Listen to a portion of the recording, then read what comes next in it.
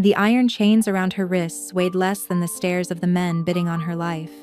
Today, Lyra would discover that being sold to strangers was not her fate. Something far more dangerous had already claimed her. The morning mist clung to the cobblestones of Ravenshallow's Market Square, where merchants typically hawked grain and cloth. But today's merchandise breathed and bled. Lyra stood on the auction block, her ankles shackled to iron rings embedded in the worn wood, watching shadows move through the crowd like predators circling prey. "Debt settlement," the magistrate announced, his voice cutting through the murmur of gathered townsfolk. One female, aged 23 winters. House skills include healing herbs and midwifery. Debt to the crown, 40 silver marks, plus interest. Bidding starts at 20. Lyra kept her chin raised despite the humiliation burning through her veins. 3 months ago, her father had died with debts she never knew existed, gambling losses to the crown's tax collectors. The law was clear. Children inherited both assets and obligations. With no assets to speak of, she had become the obligation. 25, called a voice from the crowd. Lyra's stomach turned. She recognized him, Garrett, who ran the mining camps north of town. His workers rarely lasted a season.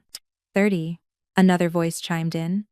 This one belonged to a merchant she didn't recognize, his clothes marking him as foreign. The way he appraised her made her skin crawl, like she was livestock at a fair. Her younger brother, Finn, pushed through the crowd despite her earlier pleas for him to stay away. At 16, he was all gangly limbs and desperate fury. "This is wrong," he shouted. "She's done nothing. The debt wasn't even hers." The magistrate's guards moved toward Finn, and Lyra's heart hammered. "Please," she called out, breaking her silence. "He's just a boy. Let him go." 35. Garrett increased his bid, grinning. "She's got spirit. That's good." The foreign merchant countered quickly. 40. Lyra felt her hope drain away. 40 silver marks the full debt. Whoever won now would own her completely. She searched the crowd for a friendly face, anyone who might help, but found only eager spectators enjoying the morning's entertainment. Some whispered about her mother, how she'd been strange, how she'd died birthing Finn under a blood moon. They said such women passed down curses. 45. Garrett called out, determined now. 50. The merchant responded smoothly. The bidding war continued. Each increase another nail in the coffin of her freedom. 55, 60, 70. The amount climbed beyond reason, beyond what any servant's contract was worth. The crowd grew quiet, sensing something unusual in the fervor of the bidding. Then, a new voice cut through the square like a blade through silk. 200 silver marks. The crowd parted like water, and Lyra saw him. He stood taller than any man present, dressed in dark leather that couldn't hide the dangerous grace of his movements. His hair was black as winter nights, his eyes an unsettling amber that seemed to glow in the morning light.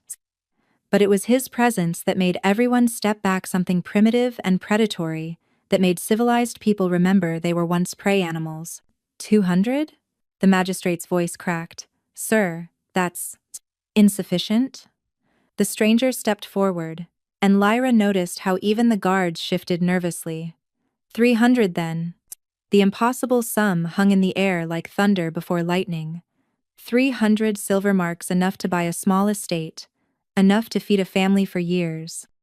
Garrett's face went pale, then red with fury. The foreign merchant stepped back, shaking his head in disbelief. "Sir," the magistrate stammered, "the debt is only 40 marks. Surely you understand." "I understand perfectly." The stranger's voice held an accent Lyra couldn't place, something ancient and wild. "The woman. Name your price, or accept mine." Lyra's legs trembled. No one paid such sums for a debtor. She studied the stranger more carefully, noting the way shadows seemed to bend around him, how the morning light caught strange silver markings on his exposed forearms. Scars or tattoos she couldn't tell. "Sold," the magistrate declared hastily, as if afraid the stranger might change his mind. For 300 silver marks to Lord Kael Shadowmere, the stranger supplied, producing a leather pouch that hit the collection table with a weight that made everyone flinch. Count it if you must. I'll be taking my purchase now. My lord, the magistrate fumbled with the shackle's keys. There are papers to sign, protocols. Kael moved faster than Lyra's eyes could follow. One moment he stood by the payment table, the next he was beside her on the platform. He gripped the chains between her wrists and pulled. The iron links snapped like winter twigs. Gasps rippled through the crowd. The guards reached for their swords but stopped when Kael's amber eyes fixed on them. Something passed between them. Some primitive understanding that this was not a man to challenge. The woman comes with me, Kael said softly, but his words carried to every corner of the square. Unless someone objects, silence stretched taut as a bowstring. Even Garrett, red-faced and furious, said nothing. Kael turned to Lyra, and for the first time, their eyes met properly. Up close, she could see flecks of gold in the amber, like fires burning in honey. His expression shifted, something flickering across his features. Surprise? Recognition? Before she could identify it, his face returned to cold authority. Can you walk? His voice was gentler, meant for her alone. Lyra nodded, not trusting her voice. When she stepped forward, her ankle twisted where the shackle had rubbed it raw. She stumbled, and his hand shot out to steady her. The moment his skin touched hers, electricity raced up her arm. Not painful, but alive, like touching lightning caught in a bottle. He pulled back as if burned, his eyes widening slightly. Then he did something that shocked everyone, including Lyra. He knelt before her on the platform, examining her injured ankle with unexpected tenderness. "You're hurt," he murmured, and she heard anger threading through his words. Not at her, but at the injury itself, at those who had caused it. "It's nothing," Lyra managed, acutely aware of the crowd watching. "Finn!" She suddenly remembered, searching for her brother. She found him held back by two townspeople, his face wet with tears of rage and relief. "The boy," Kael observed, following her gaze. "Your blood?" "My brother. Please. He has no one else. He'll be provided for." Kael rose smoothly, addressing the crowd. "The boy Finn is under my protection. Anyone who touches him answers to me." He paused, letting the threat settle. "Anyone who harbors thoughts of revenge against him or his sister will discover why the old stories warn against angering the Shadowmere line." "Sio Mares." The crowd shrank back at the name's full weight. Kael's mount stood at the square's edge, a massive black destrier that seemed crafted from midnight itself. The horse's eyes held an unsettling intelligence, tracking Lyra's approach with something beyond animal awareness. "You'll ride with me," Kael said, his tone brooking no argument. "My estate is a day's journey north, through the Thornwood." The Thornwood. Lyra's blood chilled. No one entered those dark forests willingly. Stories spoke of travelers who ventured beneath those twisted trees and emerged changed if they emerged at all. Some claimed to hear wolf songs on the full moon, enormous beasts that walked on two legs and spoke in human voices. "I can walk," she said, though her ankle throbbed. "No." He swung onto the destrier with fluid grace, then extended his hand. "You're injured, exhausted, and underfed. You'll ride." When she hesitated, he added more softly, "I paid a fortune for you, but not to harm you. You have my word, you're under my protection now." Protection or possession? Lyra wondered, but she had little choice. She took his hand, that same electric sensation sparking between them. He lifted her, as if she weighed nothing, settling her sideways in front of him, her back against his chest. The crowd parted as they rode through, whispers following in their wake. Lyra caught fragments. "The Shadowmere Lord hasn't been seen in years, they say. His family is cursed." Once beyond the town's borders, Kael increased their pace. The destrier's gait was smooth, but Lyra couldn't relax. She was intensely aware of Kael's presence, his arm around her waist to keep her steady, the warmth radiating from his body, despite the cool morning, the steady rhythm of his breathing. "Why?" she finally asked as they approached the forest's edge. "Why what?" His voice rumbled through his chest into her back. "Why pay so much? Why save me?" He was quiet long enough that she thought he wouldn't answer. Then, carefully, as if selecting each word, "The magistrate is corrupt. Those men would have worked you to death within a season. Such waste offends me. So you bought me out of principle? Would you prefer Garrett's mining camps? I'd prefer freedom." Freedom. He made a sound that might have been a laugh. "None of us are truly free. We all serve something: laws, debts, nature itself." They entered the Thornwood, and the temperature dropped immediately. Ancient trees pressed close, their branches forming a canopy so thick that noon felt like twilight. Strange sounds echoed from the depths, not quite animal, not quite wind. "Don't look into the shadows too long," Kael warned. "The forest shows you things that aren't there, or things that shouldn't be there." As if responding to his words, Lyra glimpsed movement between the trees, forms that loped alongside them, keeping pace with the horse. She started to turn her head for a better look when Kael's hand gently caught her chin, keeping her gaze forward. "Don't," he said quietly. "They're curious about you, but acknowledgement is invitation." "What are they?" "Guardians, watchers, ancient things that remember when humans feared the dark for good reason." A howl rose in the distance, long and mournful, and was answered by another, then another, until the forest filled with savage song. The destrier's ears flicked, but showed no fear. "Your horse," Lyra said, desperate for distraction from the supernatural chorus. "It's unusual. Shadowstep is of old blood, like his master." Kael's arm tightened slightly around her, as something large crashed through the underbrush nearby. "We're almost through the worst of it, Propolis. Your estate is really beyond this forest?" "My estate requires the forest's protection. There are those who would harm what I protect, so I ensure they must brave the Thornwood first." Shadowmere estate emerged from the forest like something from legend. The massive stone structure seemed to grow from the mountain itself, all dark granite and impossible spires that pierced the clouded sky. Gardens surrounded it, but not the manicured kind. Lyra knew these were wild, beautiful, and somehow deliberate in their chaos. "Welcome to your new home," Kael said as they rode through gates that opened without visible hands. "My prison, you mean, if you choose to see it that way." He dismounted, then helped her down, his hands lingering on her waist a moment longer than necessary. "But prisons don't usually come with libraries, healers' gardens, and freedom to roam the grounds. They do when the prisoner cost 300 silver marks." His amber eyes flashed with something: hurt, anger. "You're not a prisoner, Lyra. You're under a contract of service." "What service?" She stepped back, suddenly wary. "What exactly did you buy me for?" Before he could answer, the estate's doors opened and a woman emerged, older, elegant, with steel-gray hair and knowing eyes.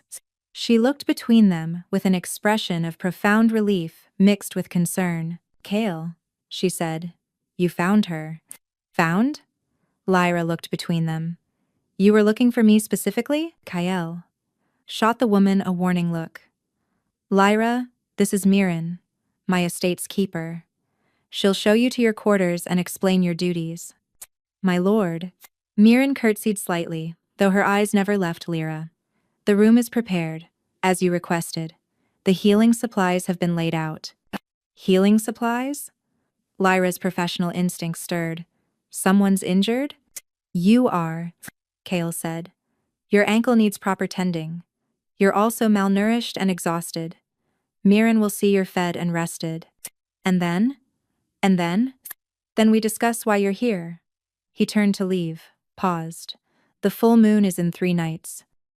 Until then, you're to rest and recover. Do not venture into the forest alone. Do not leave the estate grounds after dark. And..." He hesitated, If you hear howling in the night, do not look out your window." Before Lyra could respond, he strode away, leaving her with Miren. "Come, child," the older woman said kindly. "You look ready to drop." Miren led her through corridors, lined with portraits all dark-haired, amber-eyed figures who shared Kael's dangerous beauty. Painting. Some paintings seemed centuries old, yet the resemblance was unmistakable. "His family?" Lyra asked. "The Shadowmere line is ancient," Miren replied carefully. "They've protected these lands since before the kingdom existed." "Protected from what?" Miren didn't answer, instead opening a door to reveal quarters that stole Lyra's breath. The room was luxurious, a massive bed with silk hangings, a fireplace already crackling, shelves lined with books and healing supplies. Windows overlooked the wild gardens, and beyond them, the Thornwood. "This can't be for me," Lyra said. "The Lord was specific. You're to have everything you need." Miren moved to a wardrobe, revealing gowns that looked sized for Lyra. These were prepared in advance. "How? He couldn't have known the magistrate would auction me today." Miren's smile was mysterious. "The Lord has his ways. Now, let's tend that ankle." As Miren worked, her hands gentle and skilled, Lyra couldn't shake the feeling that she'd stepped into something larger than a simple debt settlement. Kinda die. The way Kael had looked at her, the woman saying he'd found her, the elaborate preparations. "Miren," she said quietly, "what am I really doing here?" The older woman's hands stilled. "That's for the Lord to explain. But know this, you're safer here than anywhere else in the kingdom. There are forces at work, old bargains and older magic. The Lord has spent years searching." She cut herself off. "Searching for what?" "Rest now," Miren said, rising. "Dinner will be brought to you. Tomorrow, you'll begin to understand." That night, Lyra lay in the too-soft bed, listening to the night sounds of the estate. And then, as Kael had warned, the howling began. Not distant like in the forest, but close. So close it seemed to come from within the estate's walls. 3 days passed in strange routine. Lyra woke to elaborate breakfasts, spent mornings exploring the vast library, afternoons in the healer's garden, learning herbs she'd never seen before. Kael remained absent, though she occasionally glimpsed him from windows, always at a distance, always watching the forest's edge as if expecting something. On the third night, as the full moon rose, everything changed. Lyra had retired early, unsettled by the estate's tension. Even Miren seemed nervous, checking the locks twice, ensuring the windows were latched. "Stay in your room tonight," she'd warned. "No matter what you hear." But just past midnight, pain erupted through Lyra's body, like nothing she'd ever experienced. Not the sharp agony of injury, but something deeper, as if her bones were trying to reshape themselves. She fell from the bed, gasping, her skin burning with fever. The door burst open. Kael stood there, his amber eyes wide with shock. "No," he breathed. "It's too soon. You haven't been." Another wave of pain crashed through her, and she screamed. Kael crossed to her in 2 strides, gathering her into his arms. "Listen to me," he said urgently. "You're transforming. I don't know how it should be impossible, but you need to fight it." "Transforming?" she gasped between waves of agony. "The wolf," he said. "It's trying to emerge, but you're not ready. You haven't been properly turned. This could kill you." "Wolf?" But before she could process this impossibility, her vision shifted. Colors became sharper. Scents overwhelmed her. Kael smelled of pine and storm and something wild. She could hear his heartbeat, rapid and concerned. "Look at me," he commanded, his hands cupping her face. "Focus on my voice. You need to stay human tonight." "What?" Her question became a howl, ripping from her throat. Her hands, pressed against his chest, sprouted claws that tore through his shirt. "Miren!" Kael shouted. "The suppressant, now!" The older woman appeared with a vial of silvery liquid. "My lord, if she's naturally turning..." "She can't be. It's impossible." But even as he spoke, Kael stared at Lyra with dawning realization. Unless... Lyra's body convulsed, bones cracking audibly. The pain was beyond description, beyond endurance. She felt herself fragmenting, human and wolf warring within her. Hold her, Miren instructed, forcing the vial to Lyra's lips. The liquid burned like liquid moonlight, and suddenly the transformation reversed, leaving her gasping and human in Kael's arms. "What?" she panted. "What's happening to me?" Kael's expression was tortured. "You're one of us. But that should be impossible. You were born human, raised human. Unless..." He looked at Miren, her mother, the one who died during the blood moon. "The rumors were true then," Miren whispered. "She was Pack." "Pack?" Lyra struggled to focus through the exhaustion. "What are you talking about?" "We're werewolves," Kael said simply. "The Shadowmere line has protected the balance between human and wolf for centuries. And you're apparently born of both worlds." Lyra wanted to laugh at the absurdity, but the lingering pain, the memory of claws sprouting from her fingers, made denial impossible. That's insane." "Is it? You felt the wolf, you heard its call." Kael's thumb traced her cheekbone gently. "Your mother was one of us. She left the pack to live among humans, to hide what she was. But blood calls to blood, and the full moon awakens what lies dormant." "Why did you really buy me?" "The pieces were falling together. You knew what I was." "I suspected. There were signs you're sent, the way the forest responded to you. I've been searching for others of our kind who were lost, hidden among humans. The pack is dying, Lyra. We need every wolf we can find." "So you bought me to breed?" Anger flared through her exhaustion. "No!" The vehemence in his voice surprised them both. "I bought you to protect you. Garrett and that merchant, they work for hunters. They target those with wolf blood, even dormant. They would have discovered what you were, eventually, and then." "Hunters?" "Humans who know we exist and seek to destroy us. They've developed weapons, poisons that prevent our healing. The kingdom secretly funds them." His jaw clenched. "Your magistrate marks potential wolves for them. That's why the auction happened. You were bait." The revelation staggered her. "Finn. Is he? Possibly. We'll know when he comes of age. He's safe at the estate's border house with a guardian family." The next morning brought revelations and danger in equal measure. Lyra woke to find Kael seated beside her bed, dark circles under his eyes, suggesting he'd kept vigil all night. "How do you feel?" His voice was rough with exhaustion. Quote, "Like I've been trampled by horses." She sat up carefully. "Was last night real?" "Very real." He studied her intently. "The suppressant will keep the wolf dormant for now, but it's temporary. Power. You'll need to learn control, or the next full moon could tear you apart." "Comforting." A ghost of a smile touched his lips. "I've never been accused of comfort." The smile vanished. "We have a problem. The hunters know you're here." "How?" "A messenger arrived at dawn. They're demanding your return, claiming the sale was illegal since you're contaminated." He spat the last word. "They're giving me 3 days to comply.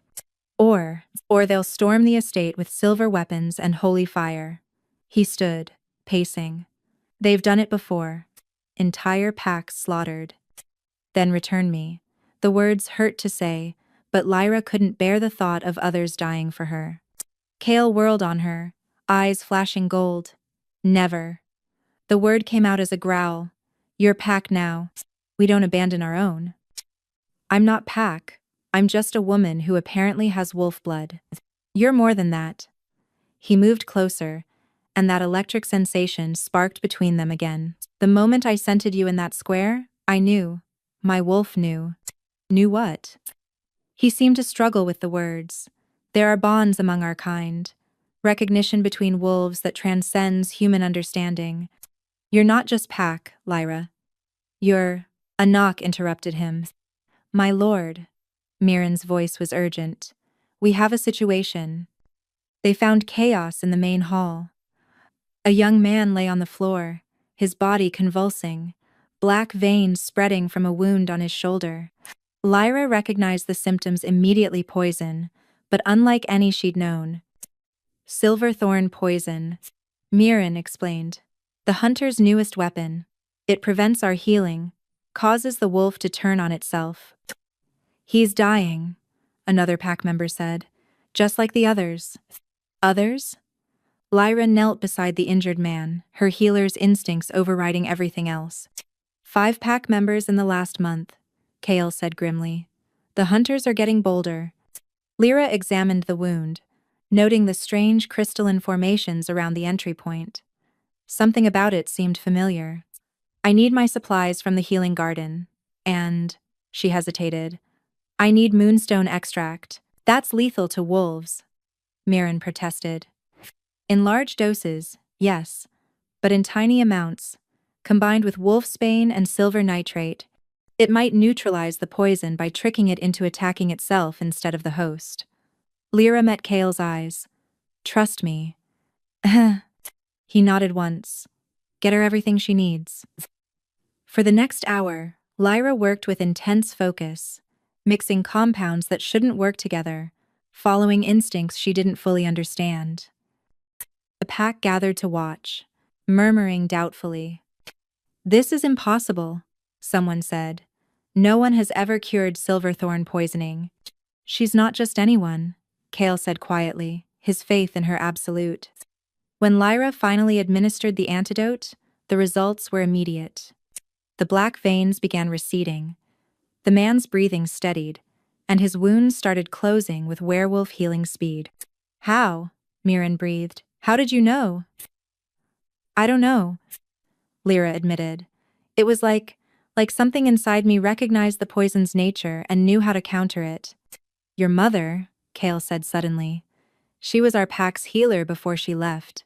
This knowledge, it's in your blood. Genetic memory? Lyra shook her head. That's not possible.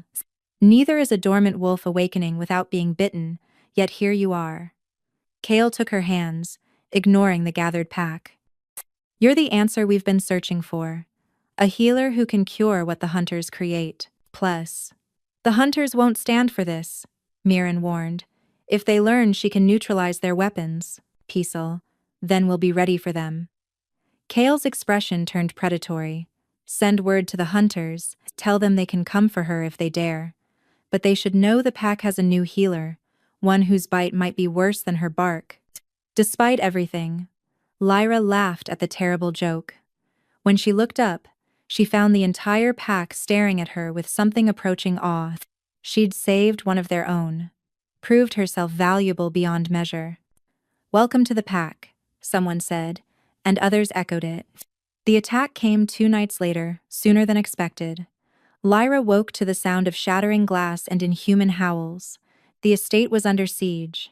She dressed quickly in the leather pants and tunic.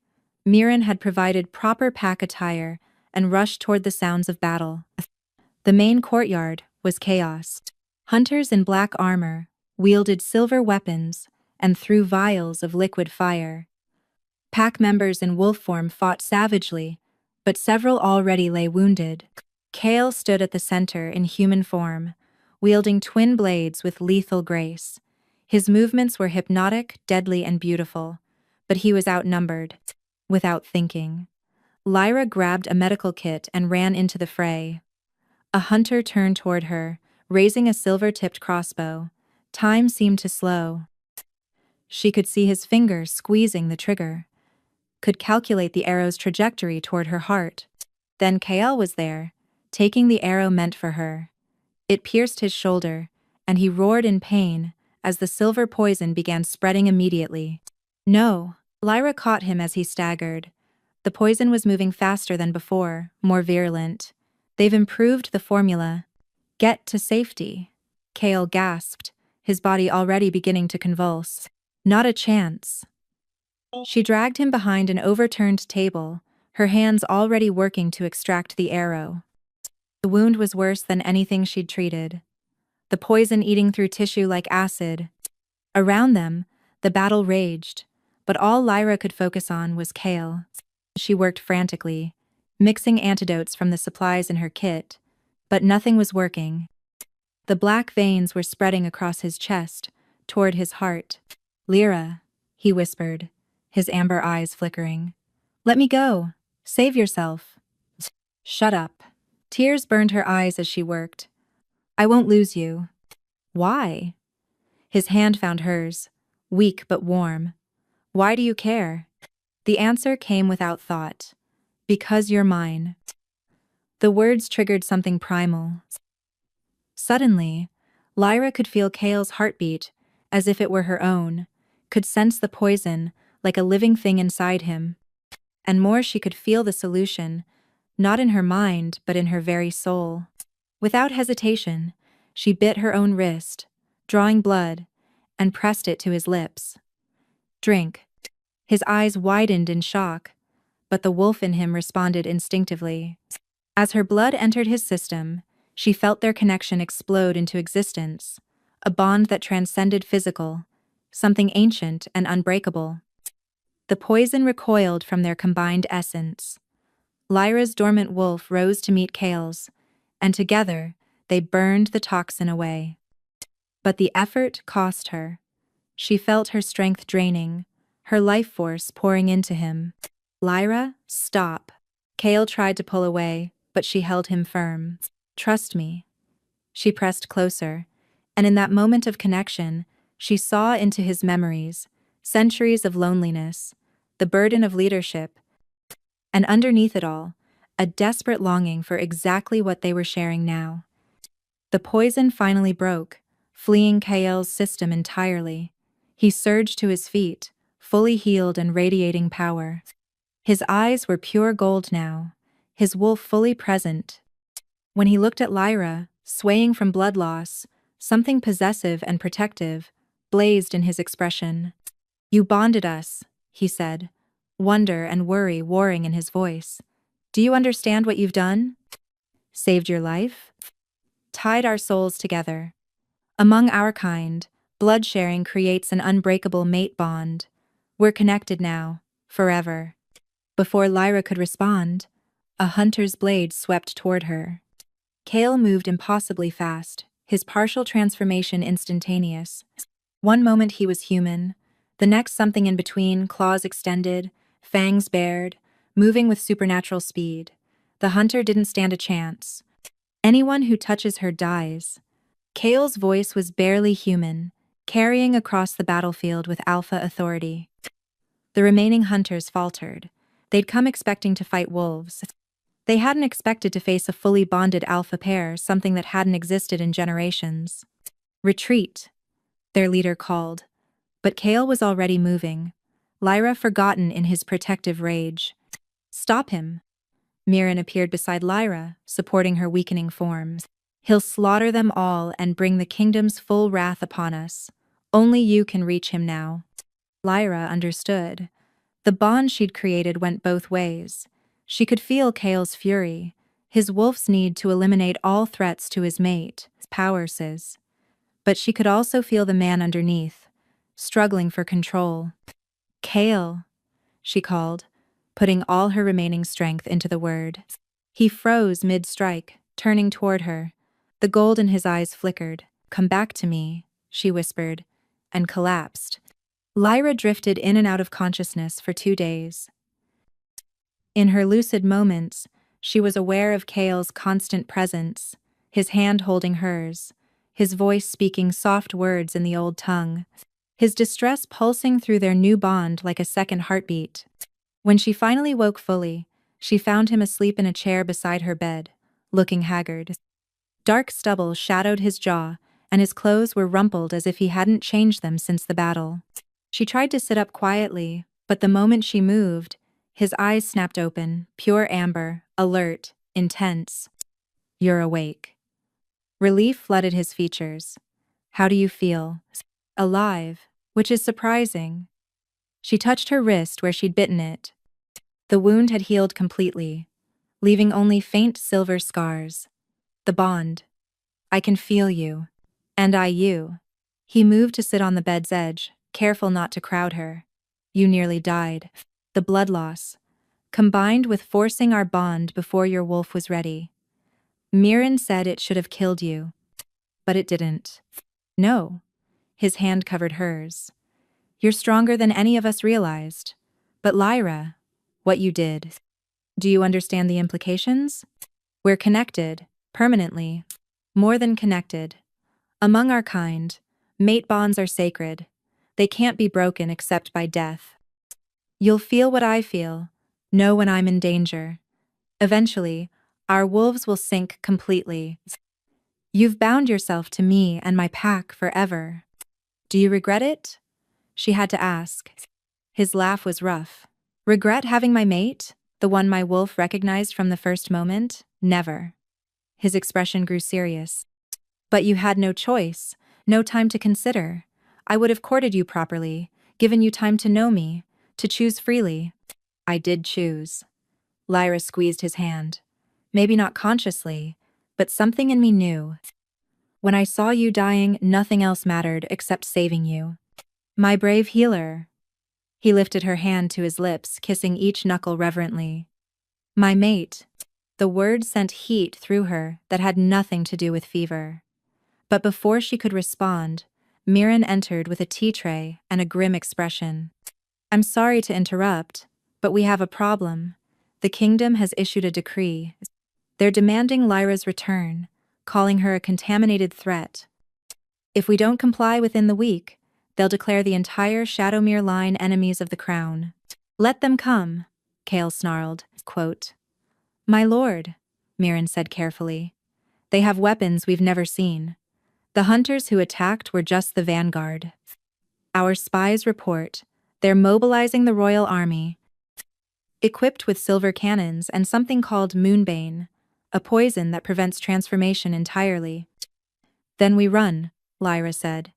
Both Kael and Miren turned to her in surprise. We take the pack and go north, beyond the kingdom's reach, Cumminged. Abandon our ancestral home? Kael's jaw clenched.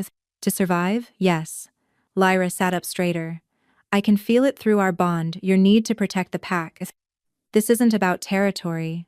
It's about family. Quote, The northern territories are wild, Miren warned. Unclaimed by any pack. The wolves there have gone feral. Then we claim them, Lyra said with sudden certainty. Unite the scattered wolves under one alpha. Kael stared at her with something approaching awe. You're thinking like a Luna already.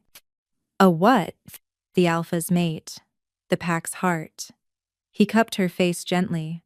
But there's something else. The bond we share? It's incomplete. Lyra's pulse quickened. Incomplete how? Incomplete how? You marked me with your blood, created the spiritual bond. But for it to be fully recognized by all wolves, I need to mark you in return. His thumb traced her throat. With my bite. The memory of pain from her partial transformation made her tense. Will it hurt? Not like before. This would be a claiming, not a turning. Your wolf is already present, just dormant. My bite would awaken it fully, give you complete control. And if you don't, the incomplete bond will continue draining you. You'll grow weaker until... He couldn't finish. Then we have no choice. There's always a choice. His eyes searched hers. I won't force this on you. Lyra considered everything the danger, the transformation, the irreversible change to her life. Then she thought about the connection she felt to Kael, to the pack, to a world she never knew existed but felt like home. Do it, she whispered. His eyes flared gold. Are you certain? Instead of answering, she tilted her head, baring her throat in the ultimate gesture of trust. She felt his sharp intake of breath, felt through their bond the way her submission affected him. My brave, beautiful mate, he murmured against her skin. Then his teeth found the junction of her neck and shoulder, and bit down. The bite didn't bring pain, it brought revelation. The moment Kael's teeth pierced her skin, Lyra's dormant wolf surged to life, not in agony but in joy. It was like breathing for the first time, like seeing color after a lifetime of gray. Power flooded through her, ancient and wild. She could feel every member of the pack, sense their locations, their emotions. But more than that, she could feel the very forest itself, every tree, every creature, the ley lines of magic that ran beneath the earth. When Kael pulled back, licking the wound to seal it, his eyes were wide with shock. Lyra, your eyes. What about them? They're silver, I've never seen. He helped her to a mirror. Her reflection stunned her. Her brown eyes had transformed to pure silver, almost luminescent. The bite mark on her neck wasn't the brutal wound she expected, but an elegant pattern that looked almost like a tattoo, a crescent moon intertwined with thorns. Quote, "You're not just a wolf," Miren gasped from the doorway. "You're a moon blessed. The prophecy. When silver eyes meet golden gaze, the scattered packs shall unite their ways." Prophecy. Lyra and Kael said in unison. Miren's hands trembled as she poured tea. An ancient foretelling. The first Luna was moon-blessed, able to sense all wolves, not just her pack. She could heal any wound, break any curse. Power. But the gift was lost centuries ago, when the pack scattered. She looked at Lyra with reverence. "Until now." "That's impossible," Lyra protested. But even as she spoke, she could feel it, threads of connection stretching beyond the estate, touching lone wolves throughout the kingdom and beyond. A commotion outside drew their attention. Through the window, they could see riders approaching under a white flag, royal messengers. "Stay here," Kael commanded, but Lyra followed anyway, her new instincts refusing to let her alpha face danger alone. The messenger was young, nervous, clearly aware he stood among predators. "Lord Shadowmere, I bring terms from the crown." "Speak," quote, "the king offers a bargain. Return the woman Lyra for examination. If she proves untainted, she'll be freed. If not, she'll be contained for the kingdom's safety. You have 3 days to comply, or the estate will be razed. And if we refuse?" Kael's voice was dangerously calm. "Then every wolf in the kingdom will be hunted down. The king has issued silver coins to any citizen who brings him a wolf's head. The purge has already begun in the eastern provinces." Lyra felt Kael's rage through their bond, but also his anguish. His pack or his mate, an impossible choice. "We accept," Lyra said, stepping forward. "Lyra, no!" Kael turned on her, eyes blazing. "Trust me." She touched their bond, sending him her certainty. "I need to go." "My mate speaks for the pack," Kael said through gritted teeth. "But know this, messenger, if any harm comes to her, the kingdom will learn why wolves once ruled these lands." After the messenger left, Kael cornered Lyra in their chambers. "Explain." "Now. I can feel them," she said. "Lone wolves throughout the kingdom, frightened, hunted. If I go, I can reach them, unite them. It's suicide." It's necessary." She cupped his face. "The moon blessing isn't just power, it's purpose. I'm meant to gather the scattered packs. Then I'm coming with you." "No, the pack needs their alpha, and I need you to prepare them for what's coming." "What's coming?" Lyra's silver eyes gleamed. "War. But not the kind the kingdom expects. They think they're hunting wolves. They don't realize they're creating an army." That night, as Lyra prepared for her journey to the capital, Kael made love to her with desperate tenderness. Each touch was reverent, each kiss a prayer for her safety. Through their bond, she felt his fear of losing her, his pride in her courage, his absolute devotion. "Come back to me," he whispered against her mark. "Always," she promised. But as dawn broke and she rode toward the capital, Lyra knew this was more than a simple surrender. The moon blessing thrummed in her veins, showing her visions of wolves in chains, packs scattered and broken. The kingdom thought they were examining one contaminated woman. They were about to meet their new Luna, and she had come to claim her scattered people. Purge. The purge the king threatened had already begun. But so had the gathering. Every wolf who sensed her presence, every lone survivor who felt her call, began moving toward the capital. The humans had no idea what they had awakened. The capital's dungeons reeked of silver and fear. Lyra had expected imprisonment, but not the sophisticated cruelty of her cell. Every bar was pure silver, the floor inscribed with symbols that made her wolf recoil, the air thick with wolfsbane smoke. They hadn't examined her yet. For 2 days, they'd left her alone except for guards who watched through a silver-lined window, taking notes on her every movement. They were studying her like an animal in a cage. But Lyra wasn't idle. Through her moon blessing, she could sense every wolf in the capital servants hiding their nature, prisoners in other cells, even a few among the nobility who'd buried their heritage so deep they'd forgotten it themselves. Soon, she whispered through the connections. Be ready. On the 3rd day, they brought her to the throne room in silver chains. The court was assembled, nobles in their finery, hunters in their black armor, and on the throne, a king who looked far too young for the cruelty in his eyes. Contaminated woman, King Aldrich announced. Lyra of Ravenshallow, you stand accused of werewolf corruption. I stand accused of existing, Lyra corrected, her silver eyes sweeping the room. Several courtiers stepped back. Insolence. The royal advisor, a thin man named Lord Blackwood, stepped forward. Your Majesty, look at her eyes. She's fully turned. She should be executed immediately. Not yet, the king said. First, we understand. How did a nobody from a nothing town become this? Our hunters report you can heal their poisons, that you bonded with the Shadowmere Alpha. Such things should be impossible. Nothing is impossible, Your Majesty. Your kingdom has simply chosen ignorance over understanding. Then educate us. The king leaned forward. Show us what you are. It was a trap. But Lyra smiled anyway. Very well. She closed her eyes and let her wolf rise, not in transformation, but in presence. Her silver eyes blazed with inner light when she opened them, and every wolf in the throne room felt her call. A servant dropped his tray with a crash, his own eyes flashing gold. A noblewoman gasped, her hidden nature responding. Even among the hunters, 2 men staggered, their long-suppressed wolves awakening. What is this? The king stood, alarmed. The truth, Lyra said. Wolves aren't invaders or infections. We've always been here, woven into the fabric of your kingdom.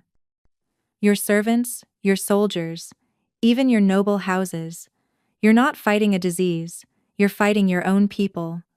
Lies, Lord Blackwood snarled, but his protest was cut short as the noble woman, Lady Catherine, wife to the Treasury Minister, stepped forward. She speaks truth, Your Majesty. Catherine's voice shook. I've hidden my nature for 30 years, but I can't deny what I am. Not with a true Luna calling. Luna? The king's eyes narrowed. The moon blessed, an elderly scholar said, pushing through the crowd. Your Majesty, I've studied the old texts. The Luna isn't just a werewolf, she's their unifier, their heart. If she's truly moon-blessed, killing her won't end the wolves. It will enrage them. Then we use her, the king smiled coldly. She can call them? Good. Let her call every wolf in the kingdom to the capital. We'll eliminate them all at once. Your Majesty, Lyra said, her voice carrying power that made the silver chains creak. You're making a mistake. We don't want war. We want recognition, protection under law, the right to exist without persecution. You want to turn my kingdom into animals. We want to stop pretending we're not part of it. Lyra looked directly at him. Your father knew the truth. He had a treaty with the Pax, Pristid. The king went rigid. You lie. Your father was killed by a silver-poisoned blade, wasn't he? A hunting accident, they said. But wolves don't use silver weapons. Humans who profit from our persecution do. She looked pointedly at Lord Blackwood, who had gone pale. Enough. The king stood. You'll call your wolves here, or I'll have 100 humans killed for every day you refuse. I'll call them, Lyra agreed, making Blackwood smile triumphantly. But not as victims, as witnesses. Before anyone could stop her, She threw back her head and howled, not a human imitation, but a true wolf's call that shattered windows and resonated through stone. It carried beyond the physical, reaching through her moon blessing to every wolf for miles. The response was immediate. Answering howls rose from throughout the capital, hundreds of voices revealing themselves. But more than that, she felt Kael's presence approaching fast. He'd never truly let her go alone. The entire pack had been moving toward the capital, waiting for her signal. "What have you done?" the king demanded. "Given you a choice," Lyra said as the throne room doors burst open, and wolves poured in, not attacking, but surrounding, protecting their Luna. "Accept us as we are, or face the truth that you're outnumbered in your own capital." Chaos erupted in the throne room. Guards drew silver weapons, wolves circled defensively, and nobles screamed in panic. But through it all, Lyra stood calm at the center, her silver eyes blazing with controlled power. "Stand down," she commanded, her voice carrying the authority of the moon blessing. Every wolf froze, even those partially transformed in defensive rage. "We are not monsters. We will not prove their fears right." The king had retreated to his throne, surrounded by hunters. "You've signed your death warrant, woman. Guards, kill them all." But before the guards could act, Kael burst through the stained glass window in full wolf form, massive, midnight black, with eyes like molten gold. He landed between Lyra and the nearest hunter, his growl shaking the very foundations. He shifted to human form, standing protectively before his mate. "Anyone who touches the Luna dies by my teeth." "Kael Shadowmere," the king said. "You've violated the treaty by bringing wolves into my court. You violated it first by hunting our people." Kael's voice carried barely controlled rage. "The treaty my grandfather signed with your father was meant to protect both our peoples. You've turned it into genocide." "Your grandfather?" The elderly scholar stepped forward, ignoring the danger. "Then you're over 200 years old, powered 230, Kael confirmed. "I've served this kingdom since before your great-grandfather was born, Your Majesty. We've fought your wars, guarded your borders, bled for your crown. And this is our reward? Persecution? Chains?" "You're not human," Lord Blackwood interjected. "You're beasts pretending." His words cut off as Lyra's power flared. The silver chains holding her didn't break, they disintegrated, turning to dust. "We're not pretending anything. We're both human and wolf, just as you're both citizen and subject, both individual and community." She stepped forward, and the wolves parted for her. "Your Majesty, I can prove our worth." "Your kingdom faces threats you don't even know about." "What threats?" "The poison your hunters use. Where do you think it comes from?" Lyra looked at Blackwood. "Tell him about your suppliers." Blackwood's face went white. "I don't know what the Crimson Order," Lyra said, the name coming to her through her moon-blessed awareness. "They're not just providing weapons to hunt wolves. They're using the kingdom as a testing ground for something far worse." The scholar gasped. "The Crimson Order? But they're legend. Dark sorcerers who seek to eliminate all magical bloodlines," Kael finished. "Starting with wolves, moving to witches, then anyone with a trace of old blood. Your kingdom is being manipulated into doing their work." "Lies," the king said, but uncertainty flickered in his eyes. "Then test it," Lyra challenged. "Examine Blackwood's latest shipment of weapons. You'll find more than silver and wolfsbane. You'll find soul-binding crystals, meant to trap the essence of magical beings. The Order plans to harvest our power, and they're using your fear to do it." The king looked at Blackwood, who was backing toward the door. "Is this true?" "They promised to rid us of the wolf plague," Blackwood burst out. "They said—" He never finished. A crimson bolt of energy struck him from behind, leaving only ash. In the doorway stood figures in red robes, their faces hidden behind masks of polished bone. "The Luna knows too much," one said in a voice like grinding stone. "Eliminate all witnesses." The Crimson Order had revealed themselves, And suddenly, wolves and humans faced a common enemy. "Protect the king!" Lyra shouted. And to everyone's shock, the wolves moved to defend the throne. The battle was brutal. The Order's dark magic clashed against wolf strength and speed. Lyra found herself fighting alongside the very guards who'd imprisoned her, her healing power keeping them alive as crimson fire rained down. Kael was magnificent in battle, shifting between forms fluidly, his age and experience showing in every lethal move. But there were too many Order members, and their magic was strong. Then Lyra felt it a pull on her moon blessing, showing her what needed to be done. "Everyone to me," she called. Wolves and humans alike gathered around her. She placed her hands on the nearest wolf and human Lady Catherine and a young guard and let her power flow. "Together," she said, "our strength isn't in division, but in unity."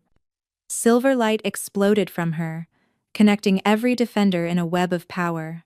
Suddenly, humans could feel the wolves' strength, and wolves could think with human strategy.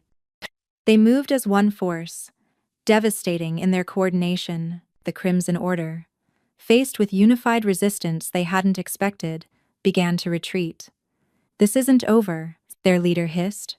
"The purge will come, with or without this kingdom's help."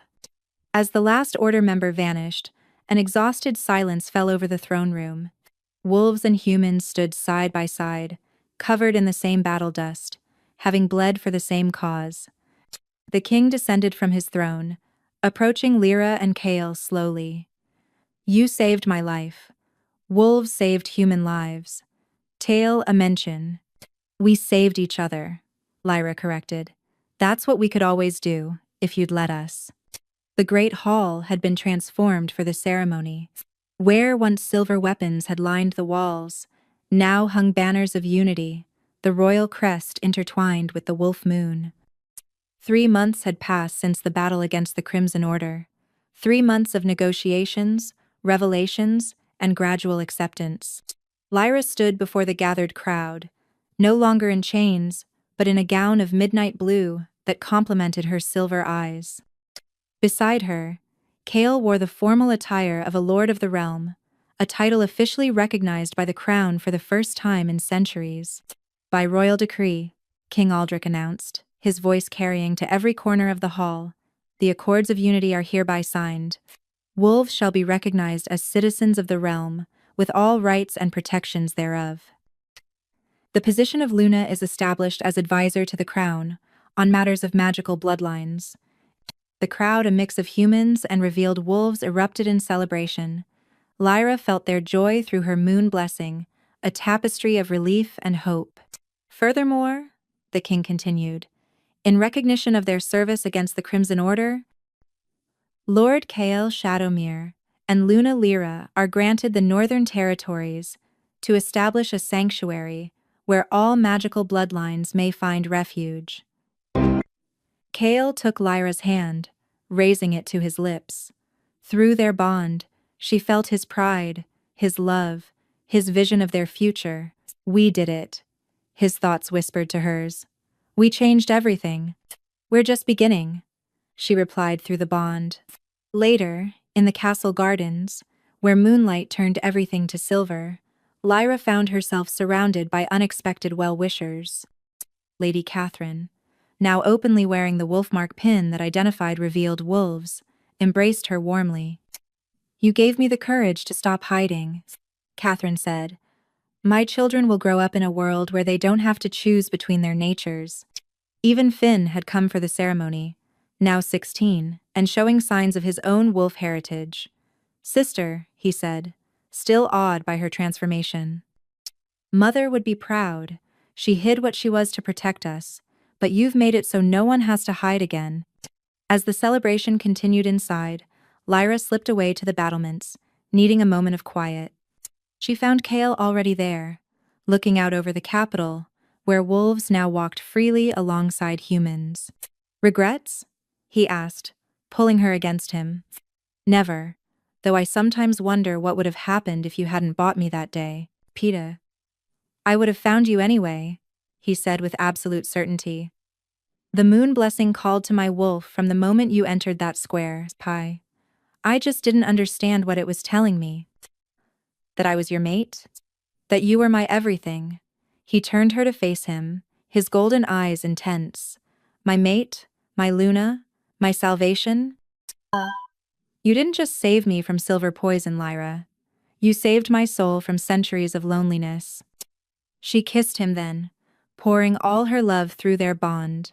When they pulled apart, she was laughing. You know what the best part is? What?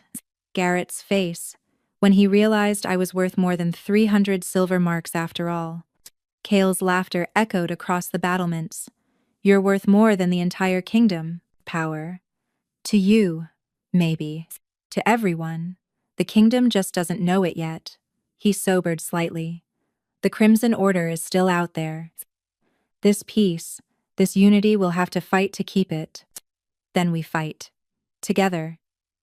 Lyra's silver eyes gleamed with determination. We have something they don't expect: wolves and humans united, led by a bonded alpha pair. And our children will inherit a better world, Kael said softly, his hand moving to her stomach. Lyra's eyes widened. How did you? I can sense it through our bond. Our wolves know. His joy blazed through their connection. The first cubs born into freedom, not hiding. As if in response to their happiness, howls rose throughout the capital, not of hunt or fear, but of celebration. Wolves announcing the news in the old way, proclaiming that their Luna carried the future. Miren appeared on the battlements, smiling knowingly. The Northern Territory settlement is ready, my lord, my lady. Your pack awaits. Our pack, Lyra corrected. Every wolf who wants sanctuary, every human who accepts us, every magical being who needs refuge. We're building more than a settlement. We're building hope. 5 years had passed, and the Northern Sanctuary had grown from a single estate to a thriving city where magic and mundane coexisted in harmony. Lyra stood on the council chamber balcony, watching her twin daughters play in the courtyard below, one with her silver eyes, one with Kael's gold, both shifting between human and wolf pup form, as naturally as breathing. The Crimson Order has been spotted near the eastern border, Kael said, joining her. They're testing our defenses again. Let them come, Lyra said calmly. We're not the scattered, frightened people they once hunted. We're united, trained, and we have something they'll never understand: the strength that comes from acceptance, not fear. My fierce Luna, Kael murmured, nuzzling her neck where his mark still shone silver against her skin. Do you remember when you thought I bought you? You did buy me. 300 silver marks. The best investment I ever made. He wrapped his arms around her as their daughter's laughter rose from below.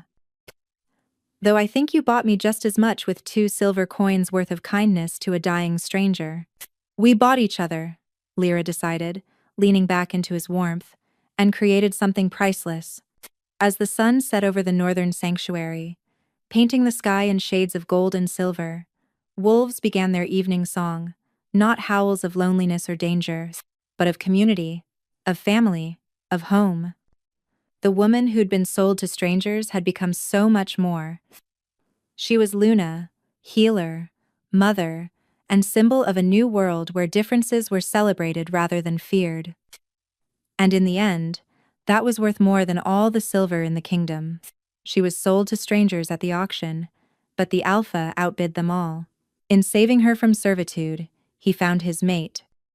In saving him from poison, she found her destiny. Together, they saved their world.